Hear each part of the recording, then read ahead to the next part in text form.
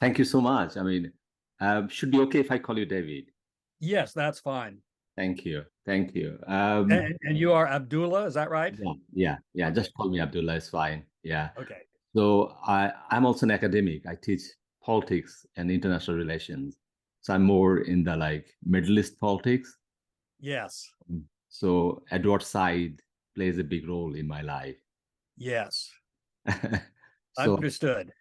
so I try to find people who are, kind of look like Edward Said or think like Edward Said. Hmm. So you are one of those persons I found. Well, thank you. I'll take that as a compliment. Absolutely, yeah. And also like I was growing up, in a situation where it's like my father as well. We used to listen to Noam Chomsky quite a lot. Hmm. This is like kind of no, it's like kind of routine for me. My father died a long time ago, but it became like routine. Try to listen to these people, like the Yes. rebels of our time. um, and you can see that how the mainstream media, so-called media, like they try to exclude these people, the good people Yes. who Yeah. want to defend the humanity, the planet. Right. And it's quite like frustrating for me, like at my age, and like try to see like it's never ending. It's never ending. Yes. And these people, these powerful people, these people with lots of money have got more and more power every day. Yeah, it's very disturbing. I mean, you probably know that someone like Chomsky, he is often invited onto media everywhere else in the world, just not in his home country, the United States. Although I remember reading something by him that now Canada, he has trouble in Canada because before, when he went to Canada, he would criticize US foreign policy, but one time something about Canadian policy came up and he made a harsh criticism. So now they don't want him in Canada either. But other places around the world, he gets on, but just not here. It's outrageous. Yeah. I mean, my plan is to like just to have a conversation, like on a like Sunday afternoon, we are like having a just before dinner, we are talking about things. So that's the kind of Sure. setting. One of the things I'm really interested is your understanding about philosophy as well. I try to read philosophy, and one of the story I will tell you is like when I actually went to France for the first time in my life in 2011. The first thing I did actually went to Paris and went to what's called Montpassant. So that's the like graveyard for Jean-Paul Sartre. Hmm. I went to his graveyard with a small flower bouquet and put it there, and then just like told him thank you. Yeah. Uh, so and then I found that you are also interested in Jean-Paul Sartre, and I think Yes. did you finish your book on Jean-Paul Sartre? I've written 3 books on Sartre, and they're all published. Yeah. Oh, that would be amazing. So, I mean, you might need to come back to me a couple of Yeah. times on like Jean-Paul Sartre. Sure. And like I mean, when I was in Paris, I tried to, try to go back to his places where he was sitting for coffee and other places, Hmm. just to feel it, this great person and the life he lived as well. Yeah, one of the amazing things was his role. Probably you are aware of this. His role in defending the Algerians who were Mm. resisting the French colonial system, and he really took great risks in doing that. His apartment was bombed twice. His office of his journal was bombed once. For a while, no hotel would let him stay because they were afraid he would be bombed. And a right wing terrorist organization made it be known he was on their hit list. And there was something else I was thinking, some other risk he had. I've forgotten, but he had a lot of courage in doing that. And to me, one of the points it makes, and this applies to Chomsky as well, Chomsky and Zinn, is I find in the US, whenever the US goes to war, At first, there's no tolerance at all in the media for any anti-war position. Nobody who's sort of against the war will get any coverage. And then after a while, you'll get coverage by people who make sort of cost benefit criticisms. Well, this is costing us too much money, costing us too many lives. The goal isn't important enough. But you will never, they never give any access to someone who makes a principled criticism. It says this war is immoral, or we are on the wrong side, or we are violating international law. That just cannot be heard. That's just completely out of bounds. And so this was Sartre's problem. When Sartre was resisting the German occupation during World War II, he was a great hero in France. He became a big celebrity. And sort of taking the position, occupation is wrong, colonialism is wrong, racism is wrong. And as soon as the war was won, France just continued to colonize Algeria. And so Sartre took the same sort of principled positions, but now it means a principled critique of France. No tolerance for that, Now Sartre's a fool, Sartre's a clown, he's an idiot, we don't like him anymore. That's sort of how it goes. One of my good memory, story about Sartre is, I think in the mid 60s, because he was creating lots of problem for the police, because police were trying to raid his places and all those things. And the police chief actually went to I think his president during that time, Charles de Gaulle. And told him that, sir, this guy is creating lots of problem. Can you just give me the permission to arrest this bastard? And Charles de Gaulle said that, no, you cannot arrest Voltaire. He's our right. Yeah, that's a famous line. Yeah, that was the thing that precipitated that is there was a radical newspaper that the French authorities kept seizing. And it was sort of a radical Maoist newsletter. And so that wasn't exactly Sartre's line. That wasn't really his position politically, but he disapproved of censorship. And so to help them out, he agreed to be listed as editor of this newspaper. And then he and Simone de Beauvoir went out into the streets and were selling it and distributing it. And so they were, in fact, briefly detained, briefly arrested. And then when the police realized, oh, we've got two celebrities here, they let them go, but they continued to detain these others. And then Sartre went public and said, look, I did the same thing they did. This shows an unfair system. Why do I get off, and these other people are arrested? And so it was sort of in that context that de Gaulle made that famous statement, one does not arrest Voltaire, which is funny because, of course, Voltaire was arrested. I guess they mean, we shouldn't do it again, Anyway. But also, I think FBI has got a huge file on Jean-Paul Sartre as well. Yes. Oh, I'll tell you something funny about that. One of the things that came up at some point when some researcher got access to Hoover's personal papers. So Sartre had, I think, signed a petition on some issue that had to do with American policy. I don't even remember what it was, but there was a newspaper article that said, one of the signers is, the French philosopher, playwright Jean-Paul Sartre. And in Hoover's own hand, he wrote in the margins, find out who Sartre is. And this was in the 1960s. Oh my God. Yeah.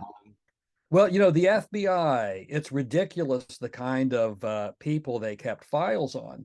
I read a book one time, which was about some researcher got a hold of the FBI files on dead rock musicians. Because evidently dead people, that you can get that through the Freedom of Information Act. And it's just really wild stuff, the paranoia they had. And then even in these files, they released them, but they are redacted.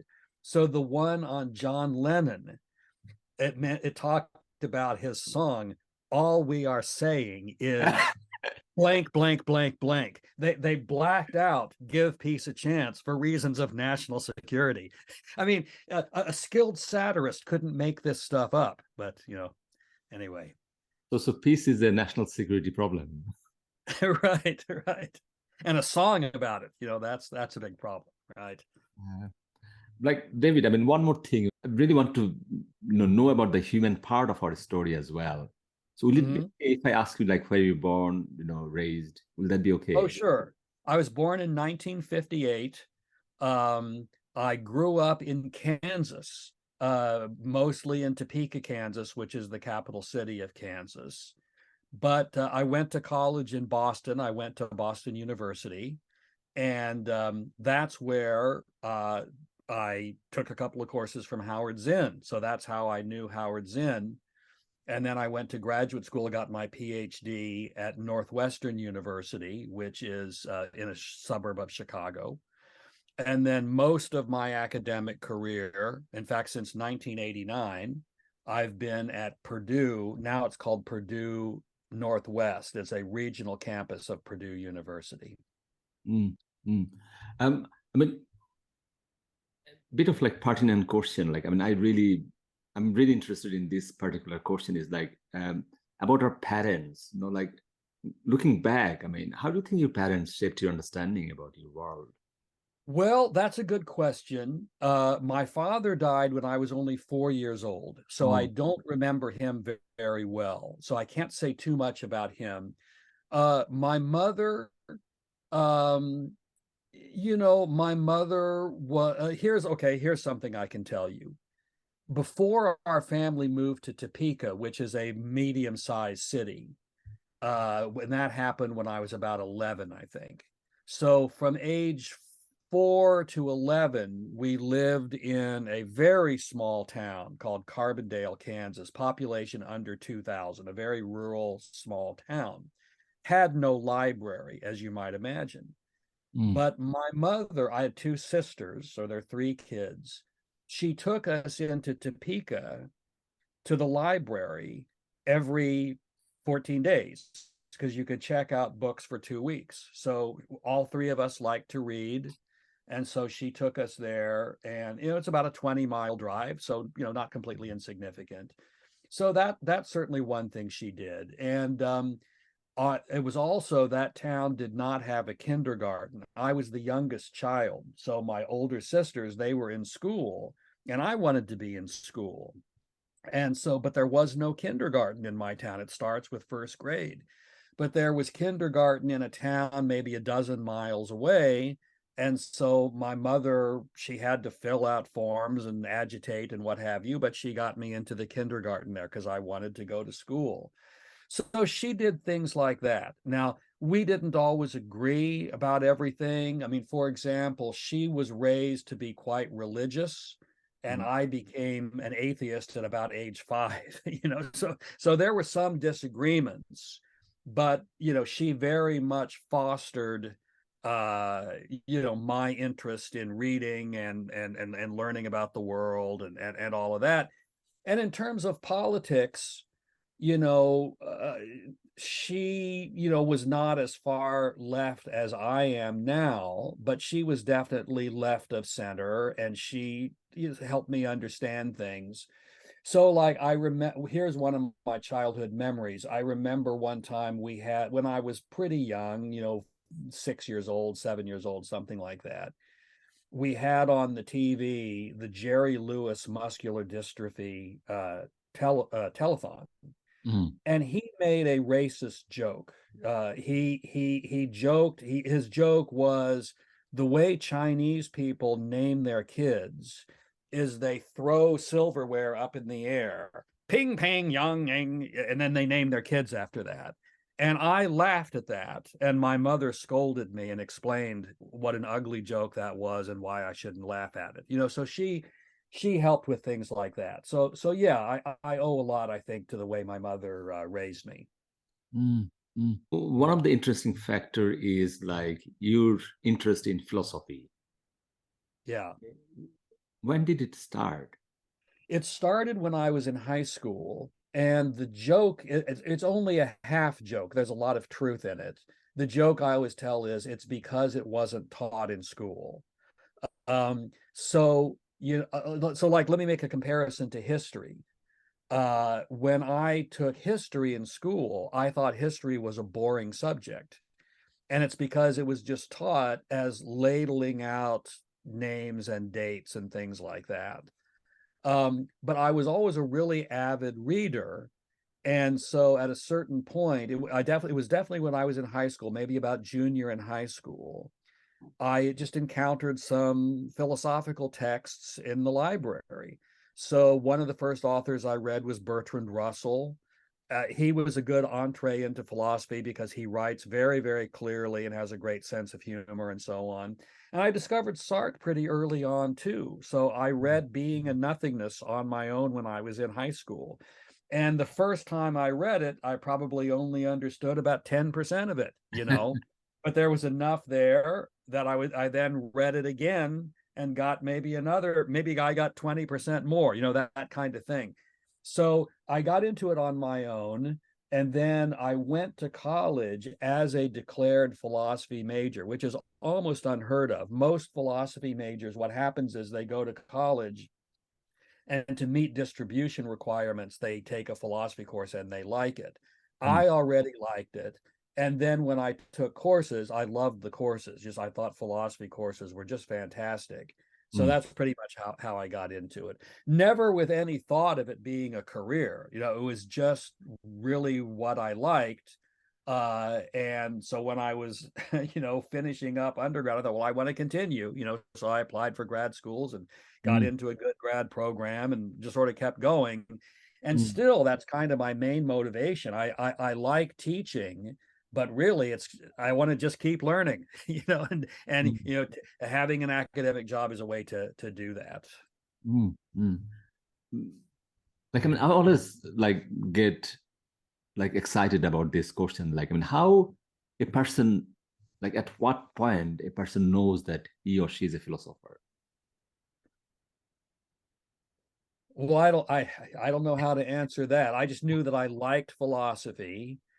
And I guess there is this issue of finding out that one has a talent for it. So when I was at high school, I didn't know if I had a talent for it or not because I was doing it on my own. But then when I took my first class, just an introduction to philosophy class, the first paper I wrote, this was a class that had like 200 students. It was one of these things where it was a huge lecture class. And then they broke out, once a week, you'd be in a discussion section that was smaller, with a graduate student, but big class. And my first paper that I turned in, the professor read it to all of the students. Says, this is how you write a philosophy paper. It was the first one I ever wrote. So that kind of told me, oh, I guess I do have some talent for this. But it was mainly just that I really enjoyed it. That was the thing. I'm quite like interested in like philosophy, like this Stoic philosophy. I think Seneca is one of those like Stoic philosophers. Yes. I mean, what's your thought about this like Stoicism? I mean, this is like a passing question. I mean, you don't have to answer if you. No, I'm happy to What's your answer own it. thought about So I'm sorry, what was the last thing you said? like I mean, Stoicism. Like I mean, if someone aspired to be Stoic in their own life, is it a Yeah. good kind of aim to tackle life Well, miseries? I think there's a lot of merit in it. And one thing that's interesting about Stoicism, so when I teach Stoicism, one of the points I make is that whereas now, if you were just to ask somebody on the street, what is your philosophy? Almost no one would have an answer to that question. And the very few who would, it would just be a religion. They'd say, oh, I'm a Christian or I'm a Buddhist or what have you. But there was a period of many centuries where a lot of people would say, I am a Stoic. Yeah, in other words, it was something that really caught on with a lot of people. Part of it is, unlike a lot of other philosophies, there are a lot of philosophies that are sort of about a particular question, like, how do we attain knowledge? So you have, rationalism and empiricism are philosophies about that. Mm, But Stoicism was more, as I'm sure you know, since you're an admirer of Stoicism, It's more a philosophy about how to live, how to navigate life. And I think there is a lot of wisdom in it. There's sort of the idea, the way I would sort of try to distill the lessons of Stoicism and Seneca in particular, whom you mentioned, Mm. it Mm. would be things like recognize that life is going to deal you a lot of bad cards. Horrible things happen to everyone. Mm. So you need to develop the discipline to take them calmly, to not allow yourself to be overly upset by them. Moreover, secondly, learn to fully appreciate all of the good things life gives you. So, like an example I like to give, here's a way I'm kind of spoiled. I need to learn to be more like a Stoic. Whenever I have like a cold or the flu or something like that, and then at some point I'll wake up one morning and realize I've gotten over it, and I'm just joyous. I can breathe. My nose is clear. I feel strong. Isn't it wonderful? Mm. And so I think a Stoic would say it would be good if one could have that thought process, not just right after you've been sick, but Mm. during a stretch when you're well, sort of focus on that and realize it. So learn to sort of put up with minimum fuss, the bad things that happen. Secondly, learn to really focus on and fully enjoy all of the good stuff that you've got. And then thirdly, use intelligence to make maximum good use of whatever limited resources you have. So rather than pining after, oh, I want to be a billionaire, or I want Mm. to, have money and all these things like other people have, whatever you do have, learn to make maximum use of it and sort of fully appreciate it. So I think those are all really sound pieces of advice. Mm. I think one reason why Stoicism used to be more popular than it is now is in earlier times, life was just way harder, way more difficult. People didn't live as long, medicine wasn't as good. Mm. Um, there wasn't sanitation, there were just all sorts. So sort of you really needed this to get through. Now people have an aspiration to kind of have a really cushy and easy life, and so they're not quite as attracted to Stoic wisdom, but I think there really is a lot of wisdom in it. Mm. And interestingly, since you were asking me about Sartre before, Sartre was a great admirer of the Stoics. Good. Because I think with this good backdrop, I think it will be good to like now proceed to our main topic area. Sure, sure thing. Because the first of all, I think the things you did, I think it's just amazing work you did with this book called Zinnophobia. But also you went after those people. Those people are very powerful people, very, very Yeah. powerful people. Um, and I think it took serious courage as well. But also, part of it, this like this stoic idea about, what needs to be done, Yeah, well, first of all, thank you for those kind words. I appreciate those. And may I talk about how I came to write the Yeah. book? Because I think that'll address Yeah. what you're talking about. Yeah. So I had never written a book about history before. I had written, I think at that point, 4 books on philosophy. But I really felt kind of called upon to do this. And what set it off, as I'm sure you know, because you're familiar with the book, what set it off was Mitch Daniels, who had just become the president of my university.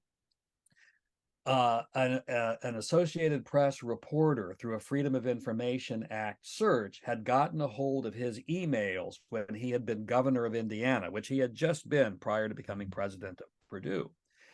And there was an amazing email that he sent out to his subordinates right after Howard Zinn died, where he Mm. said something like, this horrible man, this horrible anti-American academic finally died. Isn't it wonderful? He didn't say, isn't it wonderful, but that was sort of the tone of it. He finally died.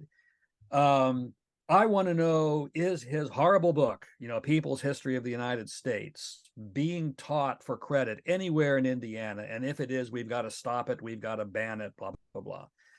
So I'm thinking, okay, this is my former governor who's now my boss, the president of Purdue. and he's trashing my former professor, Howard Zinn, and wanting to ban his book. I really need to look into this. Mm. And so when I did, I mean, I think my initial idea was just to write an article maybe on the censorship angle. But what happened was Mitch Daniels got some bad press for this, which is unusual for him. The press is usually way too kind to him. He has a really good reputation. But in this case, the press was critical. It was like, hey, this isn't really a good look. This looks like censorship. This looks like an overreach. Here you have a conservative politician trying to ban the teaching of a book that sort of goes against his politics. That's really not good. And so this put Mitch Daniels on the defensive. And so in that context, he said, hey, you don't have to just take my word for how horrible Howard Zinn is. Here are all of these other reputable scholars who trash him. And so I thought, well, I should really read these. I wonder if these critics have a point. And I'll tell you, my expectation was, well, they probably do have a point. My expectation was, even though I had read Howard Zinn and thought, it was really good stuff, these people were so eminent and they seemed so confident. And history isn't my field. So I thought, well, maybe they know something I don't know. And of course, writing a big book on American history, that's going to be a difficult task. Anybody who does that will probably make a few mistakes, So I actually thought what was going to happen was I would find, okay, they've got some good points. They've caught him in some mistakes, but probably they've, maybe exaggerated a bit because I knew there was a lot of value in Zinn. So I was absolutely amazed how I would just start checking out these claims, and over and over and over again, they were just obviously wrong. These critics, not wrong in the sense that, a reasonable person might disagree and have an argument, just clearly objectively wrong by any conceivable standard. So it was things like Sam Weinberg, prestigious guy at Stanford, and he wrote an 8-page article in a scholarly journal where his big complaint was that he thought Zinn was too dogmatic. He called the article Undue Certainty. And so one of the things he said is good historians, they recognize how difficult history is, how difficult it is to reconstruct the past from present evidence. So they use a lot of modest qualifiers. They'll say maybe, perhaps, it seems, on the one hand, on the other hand. Zinn, he abolishes these qualifiers. And so he even says he extinguishes the word perhaps. And so the first thing that I noticed when I read that is he had a sentence where he said, a search for qualifiers in Zinn's book mostly comes up short or mostly comes up empty. And I thought that's a strange sentence. Good scholarship would say, here's the search I did and here's what I found. Why this vagary? So, Zinn's book is on, obviously I've got a copy of Zinn's book, but if you go online, you can do an in-text search. So I did a search for the word perhaps, comes up over 100 times. So as you know, in my book, I list every page that it's on. Now, a 10-year-old could do that. You don't need a professor of history to see that that's wrong. And it's absolutely inarguable. No one can say, no, Weinberg is right. He really extinguishes the word perhaps, And so I went through, and there are lots of other qualifiers. And I bent over backwards to try to be fair to Weinberg. So I would do things like I excluded any case where one of these qualifiers was in a quotation from someone else. I didn't count those, just the ones where he used it. And then I noticed that his article, he was just focusing on one chapter of the book. So I thought, okay, maybe that one chapter doesn't have qualifiers. No, that chapter was more rich in qualifiers. So in every case, I sort of bent over backwards to try to make the best case for what these critics were saying. And they were just wrong, just sort of making things up. So like another example, Sean Wilentz, Mm. not just a professor of history at Princeton. He's the such and such mucky muck professor of history. I forget the name of it. He's got one of these long titles. So, and there was an article in the Nation a couple of years ago where they were arguing he's America's greatest historian. So we're talking about somebody, really, really highly regarded.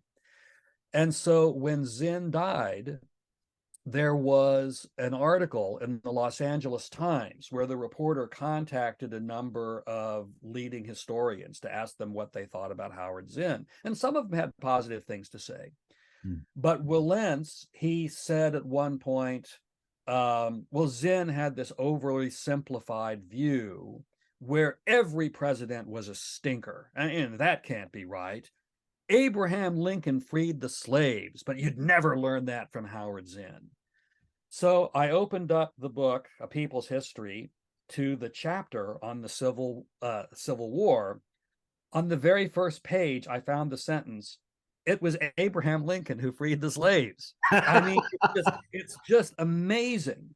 The point that Zinn was making, he was contrasting Lincoln with John Brown. And he said, John Brown tried to free the slaves with small scale violence, but it was Abraham Lincoln who freed the slaves, with large scale violence. And he uses that same phrase on that page again, but it was Lincoln who freed the slaves.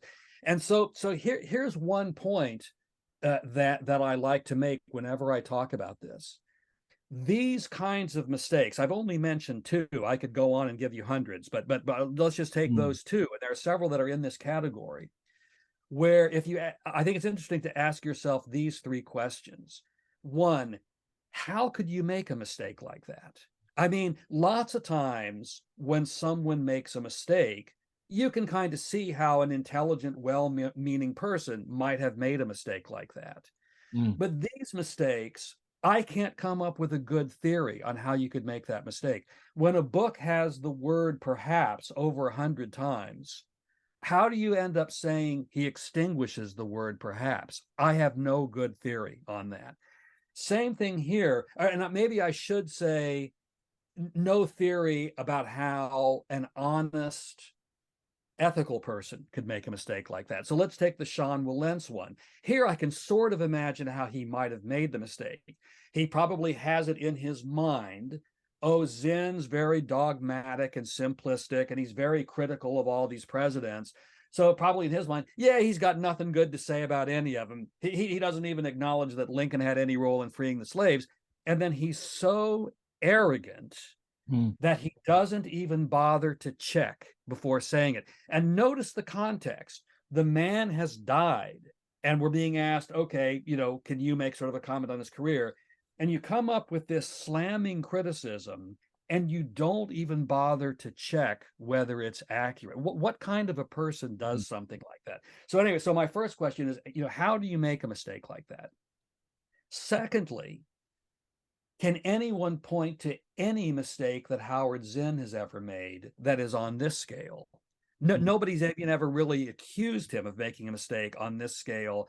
Sometimes they make sweeping allegations. They'll say, oh, he misstates facts on every page. That's something, Mitch Daniels said. But in terms of a specific, like the two I gave, nobody's ever even claimed that he made a mistake as ridiculous as those. And then thirdly, the question, let's look at what the standards are. I think if a student made a mistake like that in a freshman level course, they're going to get a pretty bad grade. So, let's say a student wanted to write a paper where they were criticizing someone. They say, he doesn't even acknowledge obvious fact X. And then right on the page where you'd expect him to acknowledge obvious fact X, he does so. That's a real bad grade in a freshman paper. So that's the quality that I found in these critics. And it's just an astonishing thing. So I will say, I did find a few mistakes that actually, maybe I shouldn't even use the plural. I found one clear mistake in Zinn. Now, I myself didn't fact check Zinn's book. What I did is I looked up every claim that these critics made, and I found exactly one case where a critic was right, and that was Zinn had said that the bombing of Dresden in World War II mm, had killed over 100,000 people. And mm, it turns out the current scholarship says the number was probably between 20 and 25,000. So Zinn was way off. mm, But unlike these other things, we can come up with an explanation as to why. And that is, at the time when Zinn wrote the first edition of the book, that was the widely held view, that it was over 100,000. Now, as Zinn did further editions of the book, he corrected a few mistakes that were pointed out to him. So somehow he must have missed that one. Either no one called it to his attention, or he just forgot, or what have you. So mm, there we can understand how he made this one mistake. But I've got literally dozens in my book of mistakes that aren't like that, that are just so egregious, one can't even imagine any good theory as to how they came about. And so the only other mistakes, alleged mistakes, that I found were like two or three where it depended on interpretation. To just give one example, and I'll stop this long ramble and mm, let you get back in. So one critic said, well, Zinn was wrong in saying that unemployment increased under Ronald Reagan's presidency. So I researched that, and I found, well, there's just an ambiguity, because there are a few different things it might mean. So, for example, if you mean by that the unemployment rate was higher at the end of Ronald Reagan's presidency than it was under the presidency of his predecessor, Jimmy Carter, then Zinn's claim would be wrong, because it was, in fact, a little lower. But if you mean by it the average unemployment rate under Reagan's presidency was higher than it was under his predecessor Carter, then it's true. mm, So Zinn was imprecise. He didn't explain exactly what he meant by his claim. And mm, so there were two or three things like that. So I checked out every single claim they made of factual errors. I found that the critics were right exactly once, and there were two or other three times where it depends on interpretation, and they were wrong like 50 times. It was mm, just amazing. And these things that they were wrong about, again, I'm not talking about cases where you could debate it. I'm talking about where the record is very, very clear. mm, Anyway. mm, mm. Like, I mean, when I was reading your book, like one of those like author you picked is Maria Grever. Um, I mean, Yes. some of the things, I mean, she did, it's just atrocious. I mean, even she tried to decimate you as a person. She misspelled your name even, you know?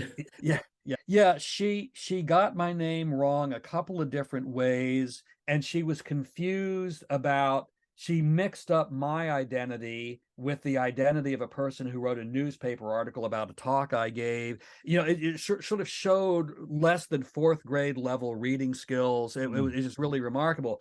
Now, you mentioned her, you probably know she's come out with an anti-Howard Zinn book Yeah. after mine came out. It came out about a year Mm, after mine. mm, And so I admit I was curious, since she's writing this book trashing Zinn, and I, a year before, had written a book defending Zinn against critics. I was really interested to see if she was going to try to rebut, some of the things I had mm, claimed. And so I looked up, my name, and I saw she had two mentions of me, but neither of them had anything to do with any of the claims I made in that book. Like one of them was just, she cited me for a statistic I gave on how many copies of Zinn's book had sold. So she cited me as an authority on that, And mm, then the other one was, in her opening, I think it was her first chapter or one of the first chapters, she was talking about Zinn has admirers. And she said, so David Detmer wrote a whole book, defending him, blah, blah, blah. And that was it. It was sort of nothing about how, well, Detmer is wrong in defending mm, Zinn against this critic or that critic. mm, So, yeah, mm. remarkable. Like I'll bring like Edward Said a bit because because he plays a big role in my understanding about this Western discourse about empire. Um, Mm-hmm. like one of the Enlightenment figures. I live in Scotland for the last 20 years, and it's quite revered man is James Mill. So James Mill is the father of John Stuart Mill. Yeah, right. So James Mill during his lifetime, I mean, his friends were like people like Ricardo and all those big people. So he's surrounded by these people. So they're going to the pub together, drinking, talking about philosophy and those big things. So James Mill suddenly decided that he would write books on India. And then he ended up wrote 6 volumes on India. He never been to India. He knew no one from India. Absolute no idea what is India. And most of his sources came from East India Company, who's the colonial ruler there. Yeah. And then what he was encouraged, because he's famous, people are reading his book and everyone finding his books very fascinating. And then he was encouraged to write a kind of addendum for his books as well. And he thought that since he knows about India, so he should write something about China as well. So these are the books actually not about China or India. These are actually against China and India. They're against the people, against the culture, against the weather, against the religion. It's absolute, like, killing those people, their lives, dehumanize them. Yeah. The problem with like Edward Said or people like me who teach Middle East and subcontinent things, these are not innocent writings, because these are the books will be read by those days, all those civil servants who used to go to universities and read history from James Mill writing. And these people will be subsequently posted in India, because India was the colony of the British Empire. So when you have this like dehumanized version of the place, and when you go there as a ruler, and you can see what you could do there, and you can see like the violence perpetrated during this colonial rule. I mean, these are all documented. I mean, I don't want to go back to those things, but I mean, when I compare those writings and like these people when they are writing about against Howard Zinn, or like how anti-American Howard Zinn is perhaps these are nothing to do with actually Howard Zinn. There's something else there, because what happened to like James Mill at the end, he got a job with a company called East India Company. Yeah. And that job paid him £2 million in 2 days' time. Yeah. Yeah. So did you see? So perhaps these people are writing these books, nothing to do with Howard Zinn or you or any academic stuff. It's something else. But at the same time, not innocent either, because this can actually, create serious violence against people. Yeah, that's really interesting. Zinn, in A People's History, in the first chapter, he says something that I think is relevant to what you're talking about. As I'm sure you know, in the first chapter of his book, he talks about Columbus, and he makes the point that Columbus is dead, long dead. So the reason to sort of bring up all of his crimes that have been minimized in standard histories, is not because there's a compelling need to sort of make a moral judgment of someone who's long dead. It's about the present and the future. And so in Zinn's analysis, the reason why people want to defend Columbus and sort of downplay the acts of genocide and slavery is they want to sort of preserve the idea that those things are kind of unimportant. If they bring about progress and they bring about wealth for all of us, it's not so important if he also killed a lot of indigenous people and enslaved people and so on and so forth, So I do think there's a lot to that. I'm thinking, why is it that these scholars are going out of their way to make these false claims about Howard Zinn? And I think, I haven't got it completely figured out, but I think what you just talked about is probably a big part of it. I didn't talk about that in my book, and the reason is I wanted to make sure in that book, since I'm going to be saying all of these distinguished scholars are wrong, I wanted to make sure that everything I said I could prove, I could document. Whereas why they made those mistakes, that's speculative. So I decided to pretty much leave that out. But it's a really interesting question. And I went on a little bit of a book tour when the book came out. I mean, very small. I spoke at like 8 or 9 colleges and universities just in the Midwest, kind of near me. And pretty much every audience I spoke to, that was their big question, is because I would give several examples of these amazing mistakes. And they'd say, well, how did that happen? Why did these people say those things? Can you explain it? And I'm not sure I really can. I'd sort of be speculating. I think it is really astonishing. I mean, so like just to give you one more example, David Greenberg, a professor at Rutgers, he had said something like this: Zinn relentlessly criticized U.S. foreign policy, and then this is a direct quote, and seems to have stayed silent about the Soviet Union. And right again, just like with the Weinberg thing, where it was a search for qualifiers mostly comes up empty. I thought that's a weird sentence. You know, you would expect a scholar to say, here's the search I did, and here's precisely what I found. Similarly here, seems to have stayed silent on the Soviet Union. I thought, why resort to seeming? You know, why don't you sort of look at his writings and see? And so it was easy for me to document that Zinn had made many, many very harsh criticisms of, human rights violations in the Soviet Union, of, in the invasion of Czechoslovakia, et cetera, and used words like murderous, tyrannical, and so on. And so I'm thinking, how do you do that? I mean, it's an incredible thing to me that someone could feel so privileged, so safe, so privileged that they can just make stuff up about someone and feel confident that they can get away with it. And it seems to me, for the most part, they do get away with it. So a few people, are going to read my book and they're going to know what these guys are. But that's a fairly small minority. It's, way more people are going to think these guys are great scholars who know what they're talking about. When I was looking for James Mill's book, I mean, the history of British India, you can actually still buy it from Amazon. The copies are still Sure, yeah. I mean, one pertinent question is when you wrote this book, you documented this scholarship, all those around 30 people you kind of brought in and then try to explain that why they're wrong.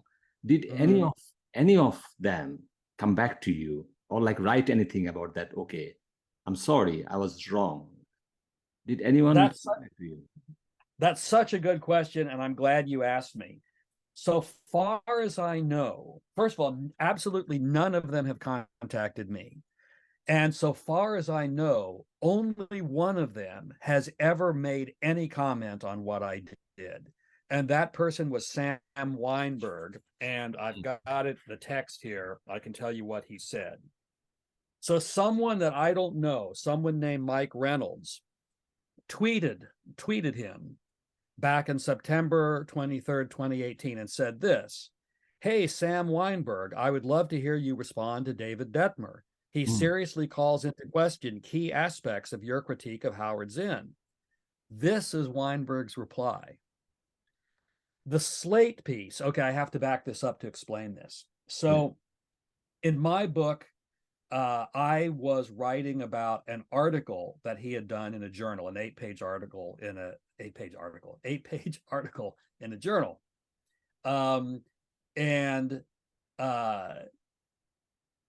Weinberg then, right around the time my book came out, he had a book that came out that had a chapter on Zinn that was essentially an expanded version of that article. And then a short bit of that appeared in Slate, an online platform, Slate. Okay, so that's the context. This is why he refers to Slate. So here is Weinberg's response to Mike Reynolds saying, "Hey, what's your reply to David Detmer?" Quote: "The Slate piece is a short overview of a 12,000 chapter," I assume he means a 12,000 word chapter, "with pages and pages of documentation. Judging my argument by reading Slate, is like judging a 2-hour movie from its preview. All right, so it's so perfect that he gave that reply because it's factually wrong and logically incompetent. So it sort of summarizes sort of what I had said in my book. It's factually wrong in that my article wasn't about Slate at all. So he's sort of implying, oh, Detmer's just replying to this little thing in Slate, you know. So he's factually wrong. And then the logic of it is really wild. So he defends his work by referring to his, quote, pages and pages of documentation. But what I show in my book, that he makes a whole bunch of claims that are not documented, and some of the documentation shows that he's wrong. So just waiting at, oh, I've got a lot of pages and a lot of documentation, so I must be right. And then also, I'm reading something I wrote about this, so please excuse me for that. I point out, you know, my book is 584 pages long, 62 pages of which consist of documentation in the form of endnotes. My section on Weinberg's critique is 58 pages long, and everything is documented. Every erroneous quotation, every distorted paraphrase, every false factual claim, every logical blunder, you know. So there's that. And then finally, the movie preview analogy is completely dubious because, yeah, the point of a trailer is just to get you to watch the movie. But a short article that is like a condensed version of a longer article or book where, yeah, you reading the short thing is supposed to whet your appetite for the longer thing. But that doesn't excuse, you know, factual errors and blunders, you know. So it's just kind of an amazingly incompetent reply. And I think your question is very pertinent because if someone pointed out to me, sorry, let me rephrase that. If someone claimed that I, in one of my works, made an error of this sort, I would check it out and I would reply in one of two ways. If I thought, no, I was right, this criticism is wrong, I would reply to it, unless it was just some nutty thing that it's best to ignore. But if some serious scholar, you know, said, oh, you know, Detmer made a horrible mistake, if I thought, no, it's not a mistake, I would reply, no, here's why I think you're wrong to say it's a mistake. Or if they were right, I would want to correct it and say, oh, yes, you're right, I made a horrible mistake, let me correct that, I apologize for this error. So maybe some of these people don't know about my criticisms, that's possible. But but Weinberg at least has been alerted to it. And I would imagine at least some of these other people must know. And so I think it's quite interesting that none of them have come forth to either criticize me and say, no, Detmer's wrong in saying I made these mistakes, or to apologize and correct the record, you know. So I think that's quite interesting. So like this Sam Weinberg, I think he teaches in Princeton, isn't he? No, he's at Stanford. He's in Stanford. Weinberg's at Stanford. Yeah. I mean, sometimes I feel that because, I mean, do you think these people are like more arrogant because they're defending empire? Because somehow they feel that empire is with them, so they've got nothing to worry about. You know, I don't know what it is. It's really hard for me to wrap my mind about it. Weinberg, I gather what's real especially egregious about him is I gather his specialty is not so much history per se, but more historiography. In other words, like he wrote a book called Thinking Like a Historian. And he's something of a scold. You know, I've read some of his pieces. He's constantly sort of, no, you've got to be more precise. You've got to be more accurate. You've got to do things the right way. You know, and like his more recent book, it's called something like Why Study History When It's Already on Your Phone. It's all about how you need to be more sophisticated about how you access information from the internet, and you need more critical thinking and so on. So for someone like that, who supposedly is not so much about, I've got a particular version of history, it's more, you've got to do historical scholarship in a good way. And then I found, you know, in his 8-page article, like about 30 mistakes. And I can't wrap my head around how you do that. I really can't. I mean, is it that he's so confident that because Zinn is sort of a radical leftist, he must be some nut and must be wrong, that he doesn't bother to sort of check things out. Like when he said, a search mostly came up empty. What did he do? Pick up the book, open 2 or 3 pages at random. I don't see any qualifiers here. He extinguished. I mean, I just don't know. I would just have to speculate. But I do think, to get back to your question, part of why they feel so confident in doing this is that they are defending your sort of mainstream politics and attacking a radical leftist.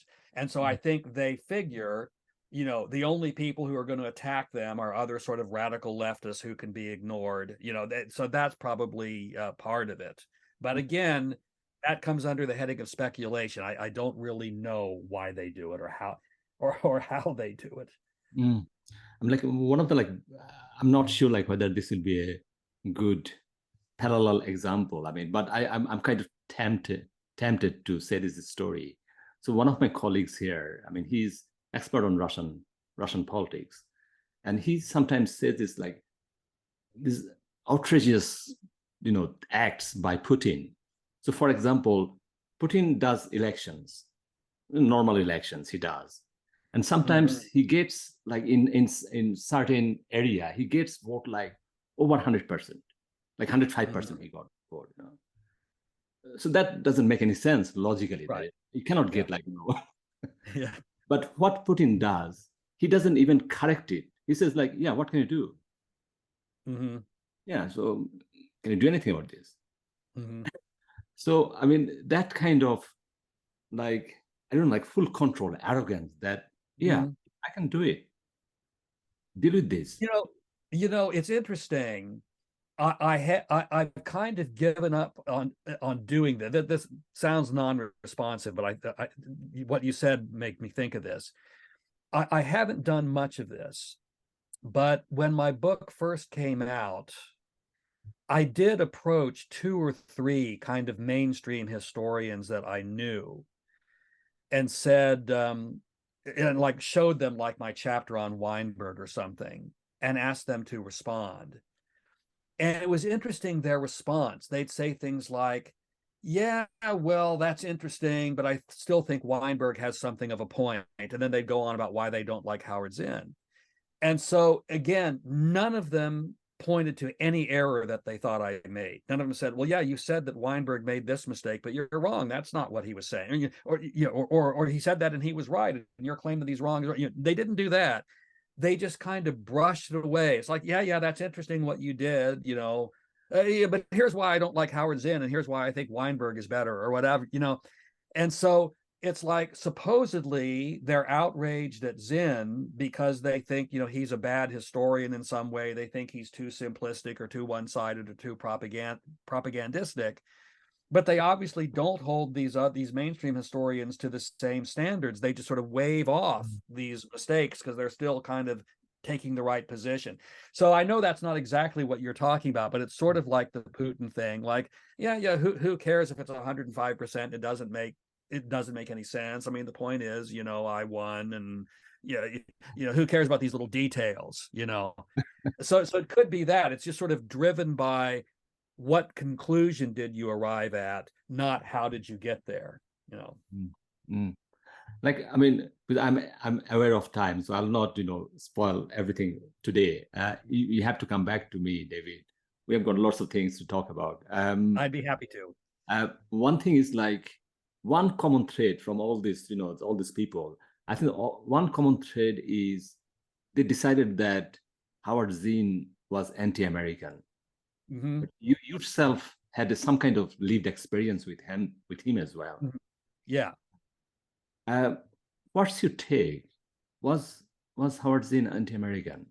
Of course not. Of course he was not anti-American. The people who say that they associate America with the rich and powerful, so someone who is critical of American presidents, critical of American foreign policy, they equate that with being anti-American. And Zinn, let me back up. I think in my book, this is one way I talked about it. Take the American Revolution. So there are different lessons you could take from the American Revolution. So one lesson you could take is we're the good guys and the people we're fighting are the bad guys. So if that's the lesson you take, then when Zinn sometimes says, oh, we, America, we're the bad guys, he must be anti-American. He didn't get the memo. We're the good guys, you know. But a deeper kind of lesson of the American Revolution is something like colonialism is wrong, you know. Mm. And if you think colonialism is wrong, then you're against colonialism when your country does it as much as you are when you are the one colonized. And so I think the people who call Howard Zinn anti-American, they're more on this first level rather than the second level. So when Zinn criticizes something America does because he's against colonialism or he's against racism or he's against killing a bunch of civilians or whatever it is, they don't see it that way. They see it as, oh, he's criticizing things that America is doing, so he's anti-American. You know, that's really what I think is going on. And then also, as I'm sure you are aware, a big theme of his book is to be a kind of corrective of the standard histories that are more top down, that are more what drives American history is the actions of presidents and military generals and Supreme Court judges. And he's more arguing that progressive social change tends to bubble up from below, sort of, activists who succeed in bringing about changes in public opinion, which those in power subsequently ratify. So if you think of America in terms of, people like that, he's definitely very pro-American. And also, he emphasizes the arts more than other historians do. So a lot of discussion of poets and musicians and novelists and playwrights and people like that, and how they have affected history in a positive way. So it's very, very selective. If you're going to say he's anti-American, I mean, the main point is it's about principles, not people. But if you insist on focusing on people, all right, he tends to be very critical about the people in charge, but not at all, or much less so, and mostly celebratory about, people on the bottom who are also part of America. I'm pretty sure like people like, Mitch Daniels or Sam Weinberg or Maria Graeber, none of them served in the army, but Howard Zinn served in the army. He was a decorated. Yes. Yeah, that's of course true. Yeah, Mitch Daniels did not. I have no idea about Weinberg or Mary Graeber, but I did look up Mitch Daniels, and he had no, and he's one of the ones who called Zinn anti-American. And I did look up, and I mentioned in the book, no record of military service. Yeah. I also pointed out, this is kind of nasty, I admit, but I pointed out that Zinn had gone to jail 8 or 9 times, and it was always for, civil disobedience on behalf of, peace or something like that. Whereas Daniels got in trouble with the law once because he was running a drug ring out of his college dormitory, and he was arrested for that. But anyway, anti-American, yeah. Yeah, but also like when I was like reading your book, I tried to find out this Mitch Daniels guy, and I saw like lots of really really sanitized pictures of him and his family with Ronald Reagan. Oh, sure. Yeah, he served with Reagan, and then he was George W. Bush's budget director. And so one of the things he did in that capacity is he estimated how much the Iraq war would cost. And he was off by a staggering amount. I don't have the figures in front of me, but he vastly underestimated how much the war was going to cost. So, this is going to sound like a joke, but I mean this with deadly seriousness. He has a talent for getting things wrong. And I think people can be very successful if they're good at getting things wrong. So like if you want to do a war that's going to cost trillions of dollars, you need a budget director who's able to say it's going to be way, way less than that, And so people can really get ahead if they have this kind of talent for getting things wrong. So one thing, this comes under the heading of shameless bragging, so I hope you'll forgive me for this. But before the Iraq war started, we had a kind of public event at my university where I was one of the speakers, and I got up and said, they won't be finding weapons of mass destruction in Iraq. You know, I had lots of information that supported that, and I confidently said it. Whereas in the American mainstream media, you couldn't find anyone who cast any doubt on those claims that there's going to be a massive stockpile of weapons of mass destruction. So, if you want to get on television, if you want to get on the talk shows and talk about politics, you've got to have this sort of talent for being wrong. You've got to have this sort of inability to read the evidence and see what's happening. I mean, like sometimes I try to, learn about these people. And one of the other things I learned about this Mitch Daniels guy is he's the CEO of Hudson Institute in Indiana. So he was really involved in this very right wing. The Hudson Institute is funded by people like Koch Family Foundation, Walton Family, Sure. all those billionaires invested in serious amount of money in fossil fuel industry or all those things. Try to decimate third world countries' lives and humanity. So these are the people funded by these very powerful billionaires. So sometimes I feel that these are the people who will always be there to defend the empire, and then Yes. how the war is so important because we want to bring democracy for those people. We have got absolute no idea what those people are, but we really want to bring democracy for them. And then when it's all lost and says that, yeah, we tried, but it's not our fault. This is their fault. So this is it's like a bunch of Orientalists, suddenly became. Yeah. And they're not seriously interested in democracy. I mean, democracy is one of these words that you use. As far as I can tell, what it really means is something like openness to American economic exploitation, something like that. Yeah. David, thank you so much. Absolute pleasure. Well, thank you. I really enjoyed this talk, and I learned so many things from you. And I'm planning to read all of your books because because you are one of those good guys. Well, thank you so much for saying that. I appreciate that. And one day, perhaps you'll come to Scotland to visit me and stay with me with my family. I was actually because when I talk about my podcast, I've got two young daughters, and always try to show them this person will be my guest, and my young daughter was saying that, oh my God, this David person is so cool. I mean. So you have got a very young followers fan, but also the good things you have been doing. So just thank you from all of us. Thank you for saying that. I appreciate it.